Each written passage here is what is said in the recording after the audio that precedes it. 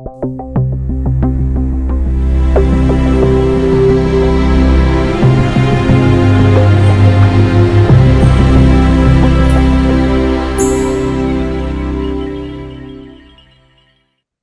a seguir hoy con la lección número 22 y ya estamos definitivamente en la segunda parte del libro de Números.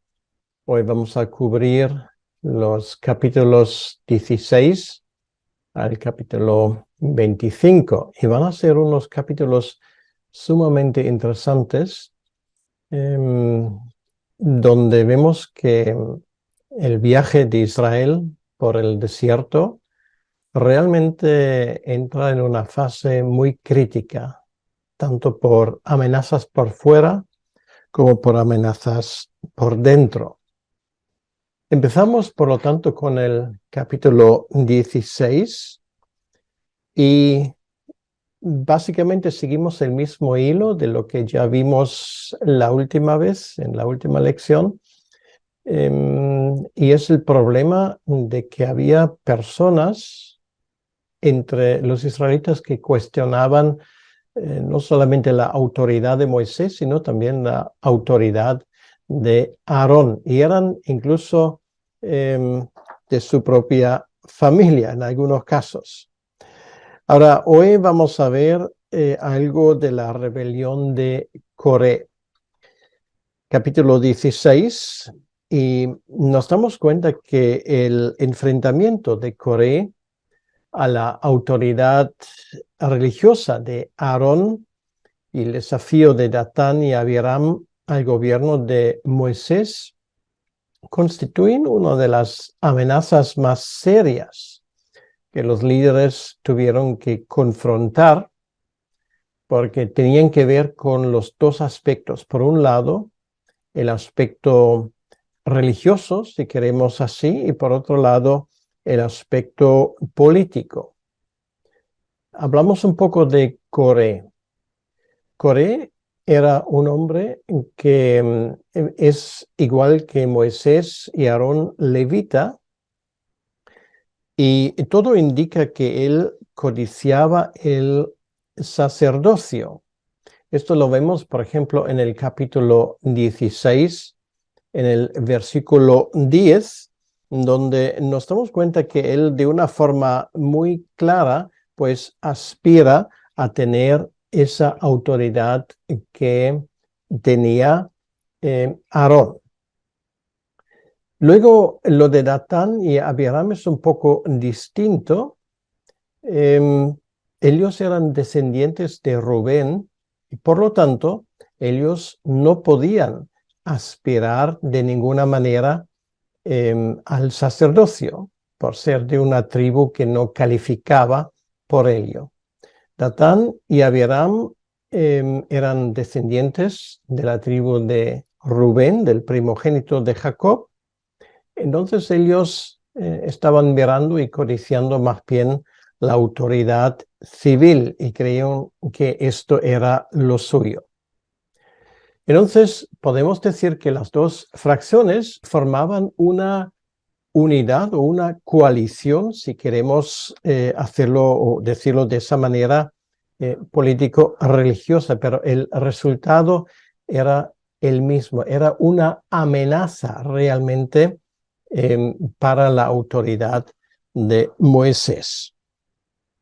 Entonces, las dos facciones formaban una autoridad, aunque posiblemente por razones distintas, y lo que realmente hace de este asunto algo muy peligroso, consiguen el apoyo de 250 príncipes de Israel. Bueno, dice príncipes, lo que nos tenemos que imaginar, porque Israel no era una monarquía, príncipes eran personas con autoridad sobre un cierto número de personas.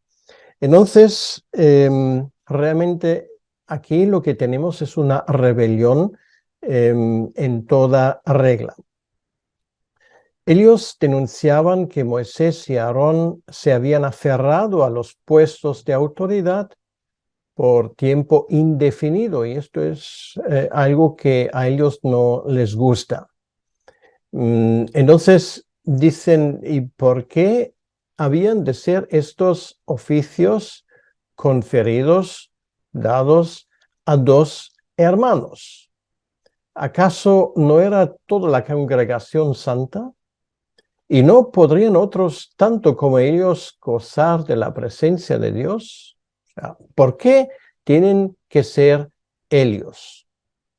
Ahora, es cierto, toda la congregación era una congregación santa. Esto lo leemos en Éxodo capítulo 19, el versículo 6.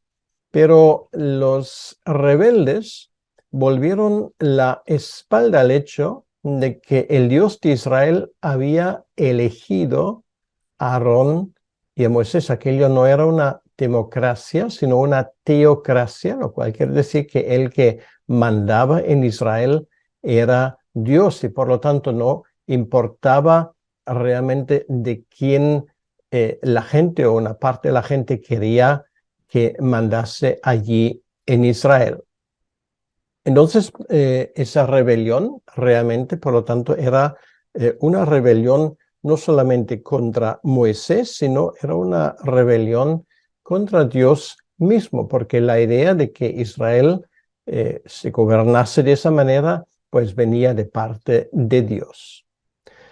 Ahora, Datán y Abiram describieron a Egipto como una tierra donde fluye leche y miel para apoyar sus aspiraciones al poder. O sea, su intención es, vamos a volver atrás. Y vamos a leer esto del capítulo 16, porque parece realmente increíble con todo lo que habían vivido los israelitas. Vamos a volver al capítulo, al versículo 13. Bueno, voy a leer a partir del versículo 12, donde dice: envió Moisés a llamar a Datán y a Abiram, hijos de Eliab, mas ellos respondieron: no iremos allá. Es poco que nos hayas hecho venir de una tierra que destila leche y miel para hacernos morir en el desierto, sino que también te enseñorees de nosotros imperiosamente. O sea, Moisés les cita para hablar sobre ese asunto y ellos se niegan. Y dicen, pero tú nos has sacado de una tierra donde fluye leche y miel. O sea, era una mentira absoluta. Bueno, en sí, Egipto sí era una tierra fértil, por lo menos la zona del río Nilo, pero obviamente ellos pasan por alto completamente el hecho de que esa tierra para los israelitas realmente era una tierra de esclavitud. Entonces, es una burla lo que tenemos aquí, una mentira. Hoy en día hablaríamos de propaganda que no tiene ninguna base. Ahora, vamos a ver la reacción de Moisés, y su reacción realmente es interesante en mi opinión. Él no hace ningún esfuerzo para justificar ni la posición suya ni la posición de Aarón.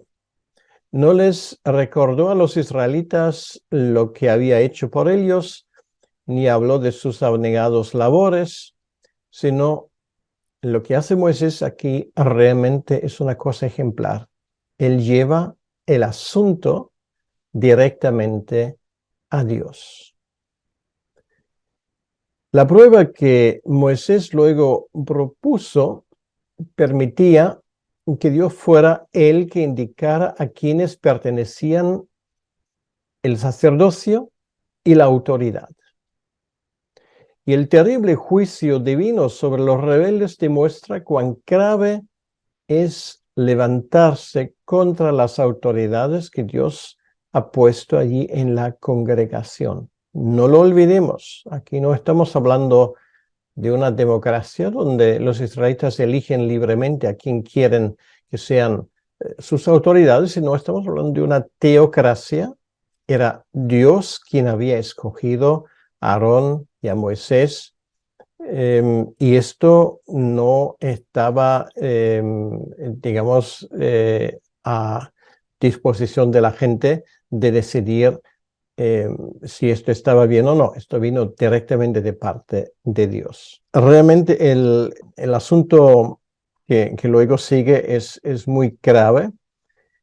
Dice el versículo 15 de número 16: entonces Moisés se enojó en gran manera y dijo a Yahvé: no mires a su ofrenda, ni aun un asno he tomado de ellos, ni a ninguno de ellos he hecho mal. Entonces, lo que Moisés simplemente dice que él pues puede mirar ese asunto con una conciencia tranquila.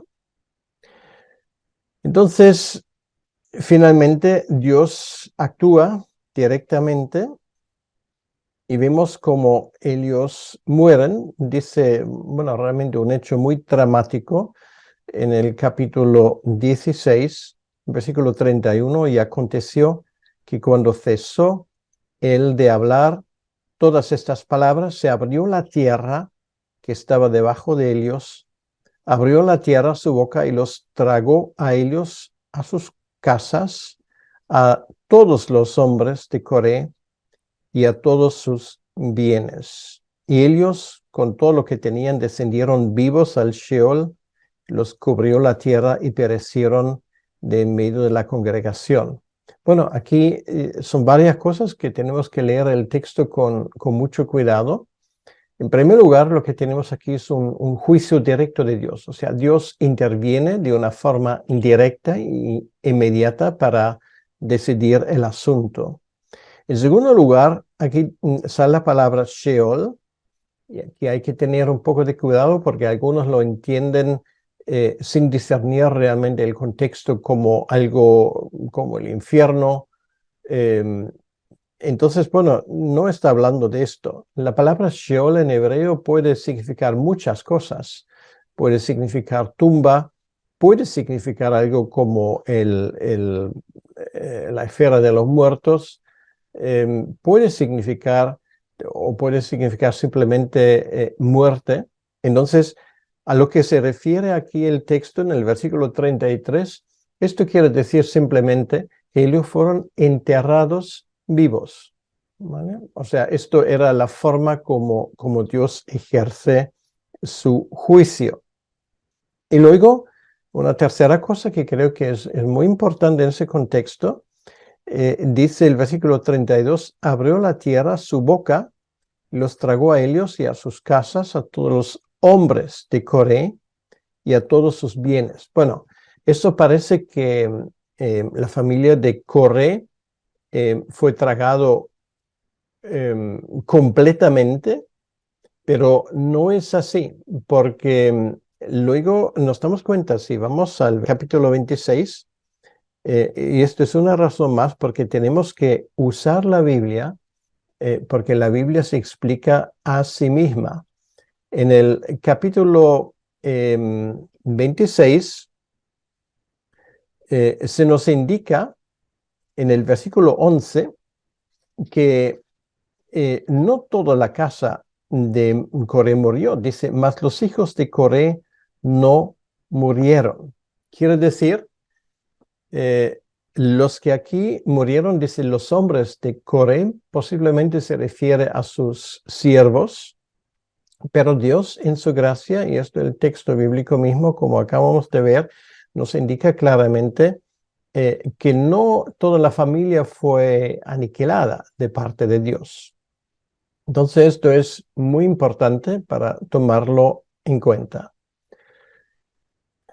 Volviendo a la historia, nos damos cuenta de una cosa que es evidente: se hizo patente la mala actitud de la congregación de Israel durante la prueba efectuada por Moisés el día siguiente. Por lo visto, muchos israelitas se desviaron por las palabras insolentes, las acusaciones contra Aarón y Moisés, y la ceguera y la obstinación llegaron al colmo al culpar a Moisés del escarmiento terrible de los rebeldes. Y de nuevo aquí interviene el Señor para enseñarles a respetar a sus líderes. Y el triste resultado fue que 14.700 personas murieron en una plaga. O sea, nos damos cuenta que el mal se había extendido bastante en Israel. Y una cosa es evidente, aquí aparece Aarón y toma la iniciativa y se asemeja en este sentido a Jesucristo como gran mediador al ponerse entre los muertos y los vivos, como sumo sacerdote que era, y cesó la mortandad, dice el versículo 48 del capítulo 16.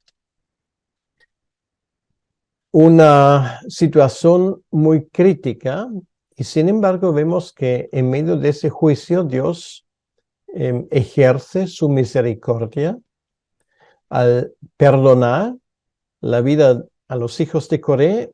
Se demuestra la incomprensible, insondable misericordia y gracia divina. Aunque fueron excluidos del sacerdocio, los descendientes de Coré llegaron más tarde a ocupar puestos de honor en el servicio del santuario.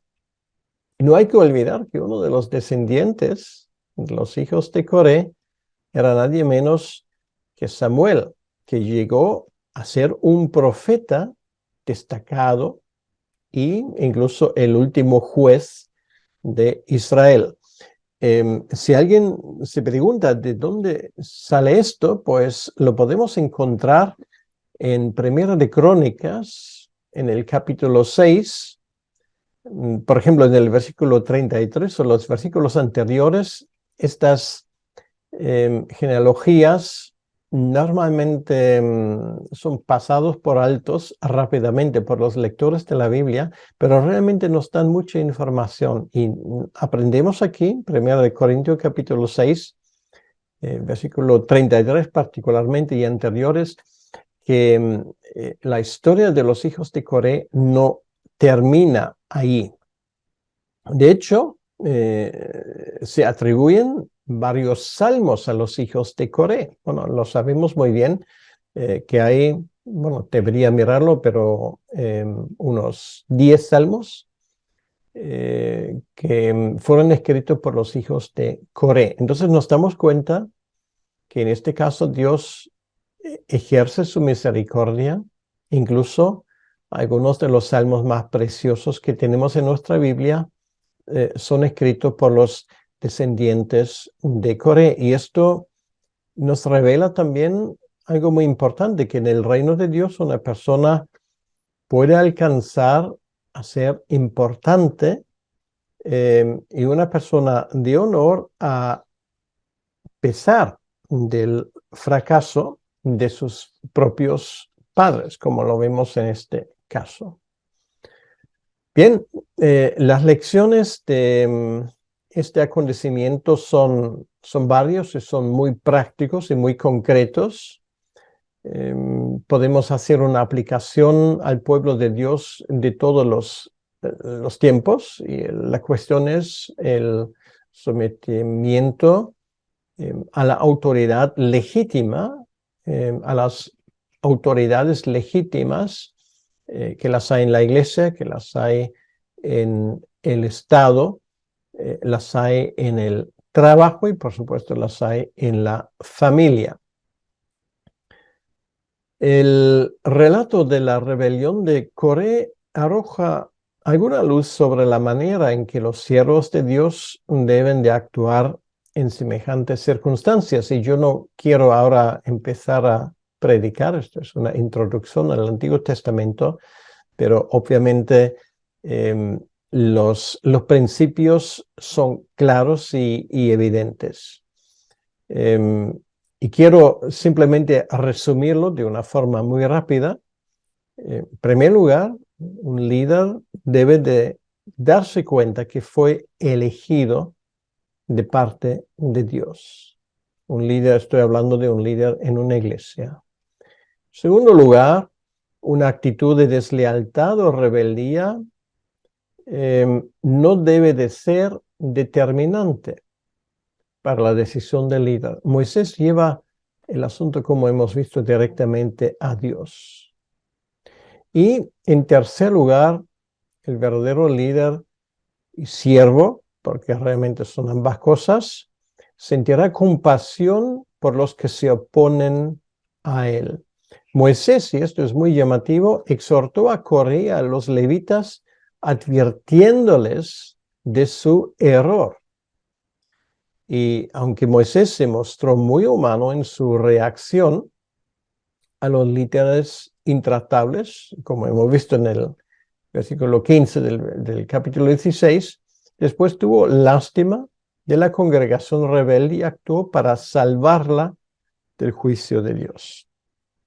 Y esto nos lleva al capítulo 17, donde Dios, de una forma clara para todo el mundo, establece estos parámetros de autoridad.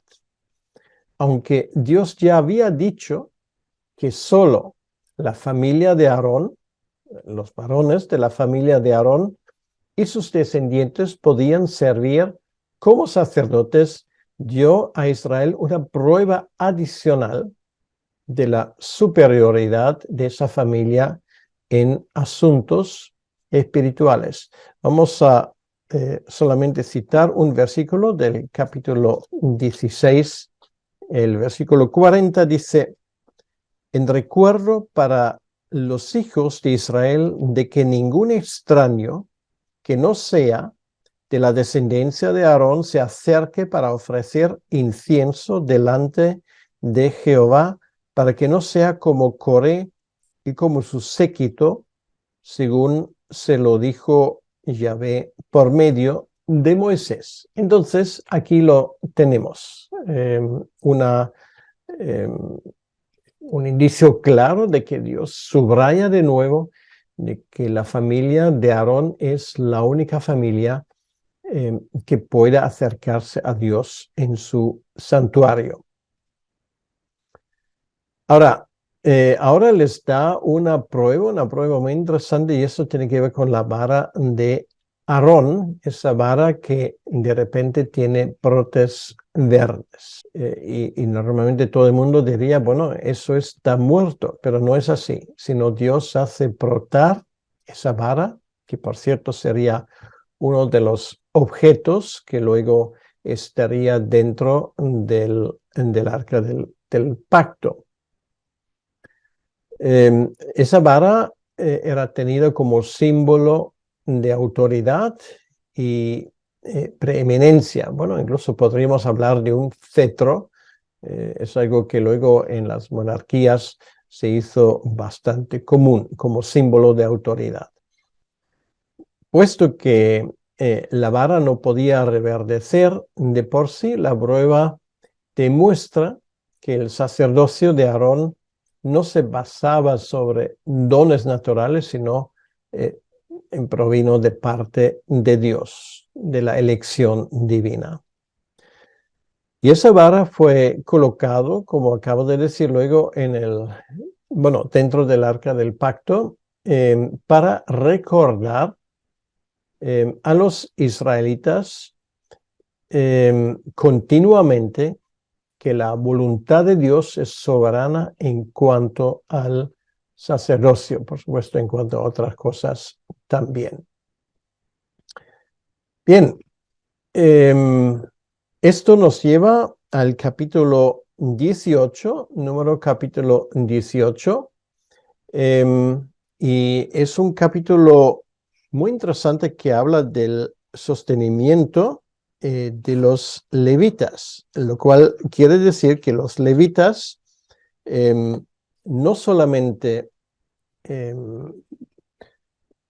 tenían una obligación llevar a cabo sus tareas en el santuario, sino aquí Dios enseña al pueblo cómo esos levitas y por ende también los sacerdotes deberían vivir de su ministerio. Y simplemente quiero resumir ese capítulo 18 de forma muy breve para que tengamos una idea de qué exactamente se está desarrollando allí. En el versículo 1 al 7 del capítulo 18, vemos de nuevo cómo solo Aarón y su familia podían ministrar con los objetos sagrados en el santuario divino. O sea, para los demás israelitas esto era completamente prohibido. En segundo lugar, y esto lo tenemos en los versículos 8 al 20, a cambio de su servicio fiel al Señor, esos sacerdotes deberían recibir una parte de las ofrendas y de los sacrificios que la gente presentaba en el santuario. Ellos podrían quedarse con la parte que no fue quemado completamente. Por ejemplo, había que recordar que el primer sacrificio, los holocaustos, esto fue quemado enteramente y por supuesto los sacerdotes de ahí no podían sacar nada. También de las ofrendas, por ejemplo, de las primicias, los sacerdotes tenían derecho a su parte, como forma también de asegurar la sobrevivencia de ellos. Podríamos decir que ellos fueron pagados en especies y esto era la forma como mantenerles vivos. Luego, en los versículos 21 al 28, nos aprendimos una cosa interesante. Los levitas recibieron los diezmos de parte del pueblo y luego se estipuló en el versículo 25 al 32 que también ellos a su vez tenían que pagar el diezmo. Entonces, esto va también por ellos, sí, vivieron de los diezmos de la gente, pero ellos también tenían que diezmar lo que recibieron como una forma de reconocer la soberanía y el poder divino también sobre sus vidas. Y esto nos lleva al capítulo 19, que de cierta manera pues cierra este pasaje de la rebelión, y esto tiene que ver con el tema de la purificación del campamento. Puesto que una multitud de personas murieron por la rebelión de Coré, con los medios ordinarios para quitar la contaminación resultante de tocar cadáveres, no se daba abasto, el Señor proveyó un sacrificio especial para purificar el campamento. Porque si esto se hubiese llevado a cabo por la forma normal, estipulado en la ley de Moisés, esto hubiese sido muy complicado. Entonces, los israelitas sabían de lavarse según las reglas de purificación. Se preparó el agua de la purificación mezclando en ella las cenizas de la vaca o de una vaca alazana. Y esa ceremonia fue en algunos aspectos semejante a la limpieza del leproso.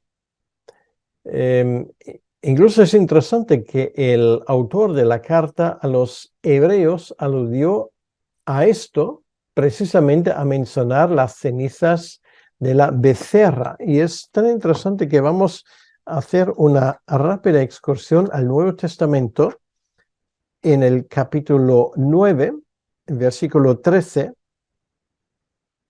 de Hebreos, dice lo siguiente: porque si la sangre de los toros y de los machos cabríos y las cenizas de la becerra, esto es una referencia a esta ceremonia, rociadas a los inmundos santifican la purificación de la carne, etcétera, etcétera. Bueno, obviamente el autor de la carta a los hebreos llega a la conclusión de que obviamente por el sacrificio de Jesucristo todas esas cosas ya no nos hacen falta.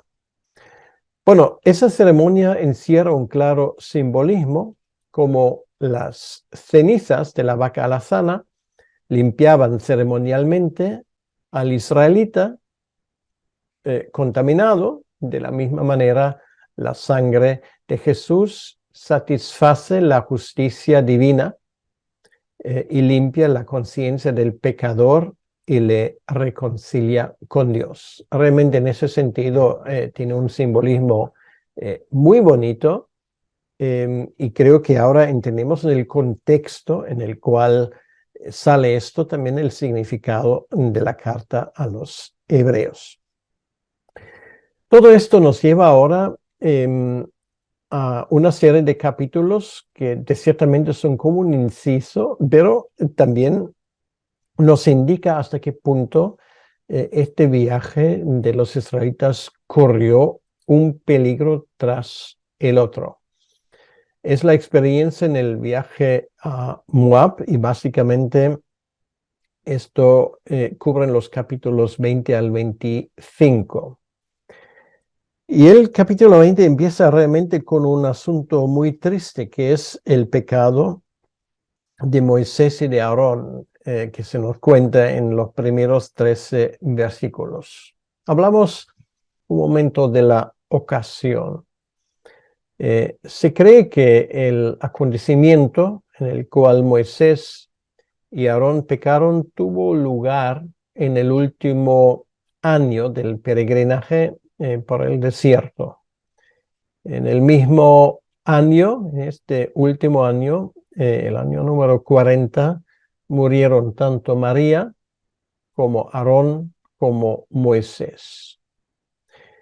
Parece que el término geográfico Kadesh, que se menciona varias veces en este pasaje, se refiere a una región y no a una área pequeña. O sea, no estamos hablando de una ciudad solamente, sino estamos hablando de una zona geográfica. Allí no había agua que beber y se suscitó aquel espíritu de murmuración y de quejas que había sido el pecado de la generación anterior, aquella generación que murió en el desierto. Al ver en los hijos el mismo espíritu que había visto en los padres, Moisés se llevó una gran decepción y nos damos cuenta que se amargó. Al igual que Jeremías podría haber dicho, en vano y azotado a vuestros hijos, no han recibido corrección. Ahora, ¿en qué consiste el pecado de Moisés? Pues el Salmo 106, en el versículo 32 y 33, dice que los israelitas se irritaron, se enfadaron, hicieron revelar a su espíritu y habló, dice el texto, literalmente precipitadamente con sus labios. Esto era el pecado que cometió Moisés. Dios le había dado la instrucción de hablar a la roca de la cual saldría agua, pero Moisés perdió los estribos, perdió la paciencia y se enfadó. Y en vez de hablar a la roca, le habló con enojo al pueblo y luego golpeó la roca 2 veces. No solamente desobedeció a Dios, sino que se arrogó a sí mismo el poder de obrar milagros diciendo, y cito otra vez textualmente, os hemos de hacer salir agua. Quiere decir que en este momento no le dio el honor a Dios. Dios mismo tachó esta actitud de Moisés como incredulidad y rebelión. Tenemos, si alguien quiere buscarlo, en Números capítulo 20, versículo 12 y en el 27, versículo 14. Moisés ya no tenía la misma paciencia y compasión por el pueblo que había tenido antes. Qué curioso, muy interesante, que Moisés fracasó en su punto más fuerte, su mansedumbre, porque dice el texto sagrado que era el hombre más manso sobre la faz de la tierra. Pues precisamente allí, en esa área donde Moisés eh, tenía su fuerte, pues la tentación le venció. Y Aarón tenía la misma actitud, de manera que Dios les impuso a ellos el mismo castigo que al resto de la generación. No podían entrar en el país prometido. Y algunos se preguntan, ¿no fue un castigo demasiado duro por un solo acto de desobediencia? Como el brote de una planta revela que hay una raíz debajo de la superficie, la impaciencia de Moisés demostró que ya no era apto para introducir a Israel a la tierra. Dios levantaría otro líder para hacerlo. Aarón muere al poco tiempo y Moisés llegó solamente hasta el límite de Canaán. Bueno, en su momento hablaremos brevemente también de la muerte de Moisés. Pero con esto los problemas de los israelitas no se acabaron, sino se agravaron aún si cabe. Llegan al territorio de los edomitas que habitan al sur de lo que podríamos denominar de lo que hoy es Israel, de aquel entonces era Canaán. Los edomitas, los descendientes de Esaú que viven en esa zona desértica. Bueno, si queremos ubicarlo realmente, más tarde conocemos la capital de los edomitas, que era en la Biblia, por ejemplo, en el profeta Abdías se llama Sela, que es la ciudad de Petra, que luego llegó a ser la capital de los nabateos. Bueno, de esa zona estamos hablando. Los israelitas piden permiso a los edomitas, que eran parientes al fin y al cabo, de poder pasar por su territorio pagando cualquier daño o cualquier cosa que necesitaban, pero Edom niega a Israel el paso por su tierra probablemente porque consideraban un peligro para su seguridad nacional la entrada de una multitud tan grande.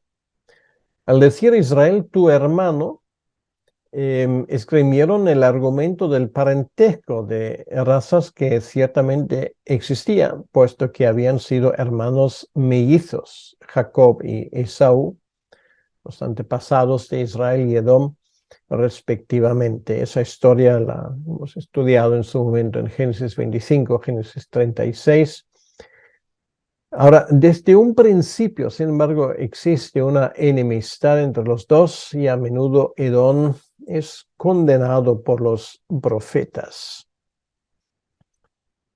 Ahora, puesto, y con esto entramos ya en el capítulo 21, puesto que los edomitas se negaron a dar paso a Israel, los israelitas tuvieron que rodear la tierra de Edom, tomando una ruta más larga en un desierto grande y espantoso, como Moisés mismo dice en Deuteronomio 8:15. Desanimados por las dificultades del viaje, los israelitas volvieron a murmurar y Dios les castiga enviando serpientes venenosas que los mordieron. Bueno, aún hasta el día de hoy en la región de Eilat, que no está muy lejos de donde pasaron los israelitas, al norte del Golfo de Aqaba, se encuentran víboras venenosas con manchas de color rojo, muy venenosas. Pronto los israelitas se dieron cuenta de su pecado y pidieron a Moisés que intercediera por ellos. Ahora, el antídoto indicado por Dios fue la serpiente de bronce, y esto es algo que en el Nuevo Testamento sale. Jesucristo se refirió a ese acontecimiento como similar a su obra en la cruz. El versículo del Nuevo Testamento que es más famoso, Juan 3:16, está envuelto en ese contexto. En Juan 3:14 al 16, o sea, en los dos versículos anteriores, hay una referencia a ese acontecimiento. Pero, ¿cómo es que la serpiente, que en un principio es un símbolo de Satanás y del mal, puede ser símbolo de Jesucristo? Bueno, en efecto, no es una figura de nuestro Señor, sino del pecado cargado sobre Cristo en la cruz. La imagen de la serpiente muerta e impotente, levantada en el palo, simboliza la destrucción del pecado y del castigo de la ley. Entonces hay que entender ese conocimiento de esta manera, y por lo tanto esto nos ayuda a entender bien realmente el significado. O sea, no en la serpiente, sino realmente la serpiente como símbolo del pecado. Nos habla de la victoria de Jesucristo finalmente en la cruz. Lo cual quiere decir que a la vista de Dios el hombre está envenenado y agoniza en el desierto de este mundo y de su pecado, pero el enemigo fue destruido en la cruz y el aguijón del pecado fue quitado. Una mirada al dador de la salud, una mirada de fe, y la vida trae el remedio espiritual. Realmente es una forma muy, muy bonita y nos ayuda a entender todo esto. Bien, con esto llegamos al tema de las victorias militares de Israel.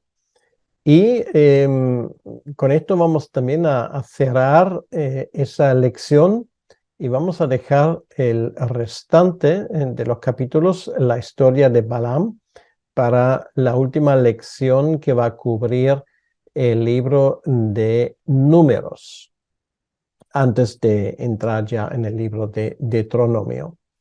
Las victorias militares de Israel se nos describen en el capítulo 21, en los versículos 1 al 3 y en los versículos 21 al 35. Y es muy importante que nos demos cuenta de una cosa: aunque Israel no procuraba la guerra, debía enfrentarse con frecuencia a los ataques de los cananeos y los amorreos. Bueno, nos dimos cuenta que ya en su momento, nada más salir de Egipto, vinieron los amalecitas, espero que se acuerden, para atacar la retaguardia de Israel. Y desde entonces, una y otra vez tenían enfrentamientos, y aquí en este caso tenían que enfrentarse a los ataques de los cananeos y los amorreos como tribu más importante de la zona. Ahora, al ser atacado por el rey de Arad, que estaba situado al sur del Mar Muerto, Israel buscó la ayuda de su Dios, de Yahvé, y prometió destruir completamente las ciudades del enemigo. Y efectivamente Dios les concedió la victoria a Israel, y ellos cumplieron con sus promesas. Ahora, el hecho de que Israel aquí usa la maldición enseña que estamos hablando aquí de una guerra ordenada de parte de Dios. Y todo aquel que se opone a Dios estaba bajo su juicio.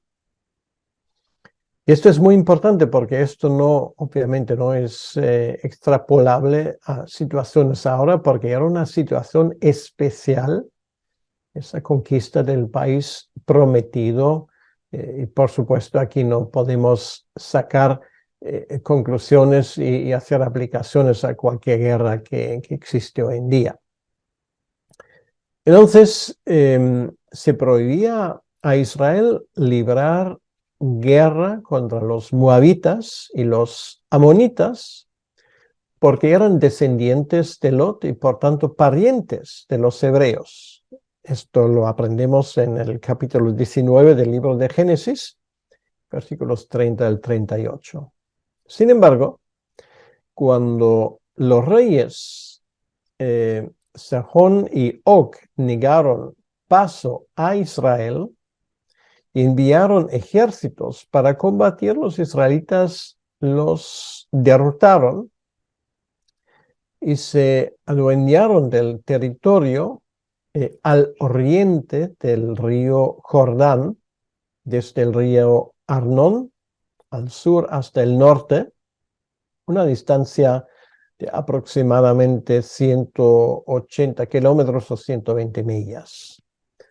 La derrota del rey Sehón y del rey Og era el comienzo de la conquista de la tierra prometida, pues Dios quería que su pueblo habitara a ambos lados del Jordán. Esto forma parte del país que Dios en su momento había prometido a los israelitas. Entonces, esto forma parte de 2,5 tribus que tenían allí asignados sus territorios. Los cananeos se llenaron de terror al darse cuenta que Dios les quitaría Canaán para luego entregarlo a los israelitas. Y esto nos lleva a los versículos 22 al 25, que son versículos que vamos a tratar la próxima vez en la entrega número 23 de la introducción al Antiguo Testamento.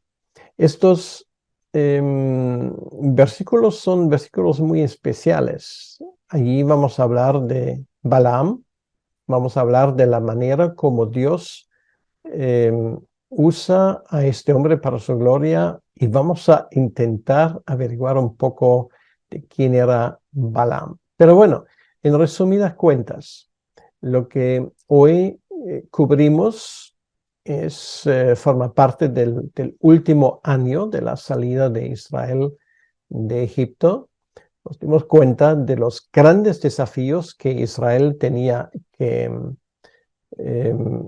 sobrellevar sobre sus hombros y salieron con dificultad, sobre todo por la gracia de Dios. Vimos cómo Dios tenía misericordia con los hijos de Coré,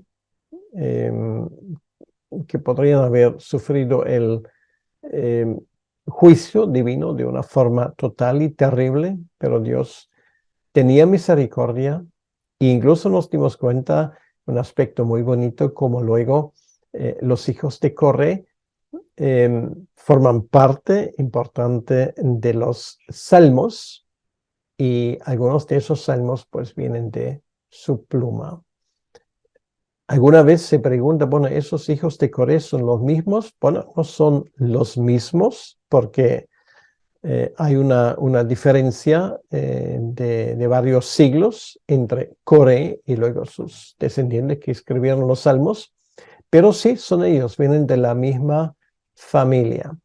Bien, pues con esto hemos llegado al final de esta lección y Dios mediante vamos a terminar con el libro de Números, con la siguiente lección, y luego nos quedan 4 lecciones para cubrir el libro de Deuteronomio, que va a ser muy interesante y a mí me hace mucha ilusión de tener el privilegio de enseñarles estas cosas. Que Dios les bendiga y hasta la próxima lección.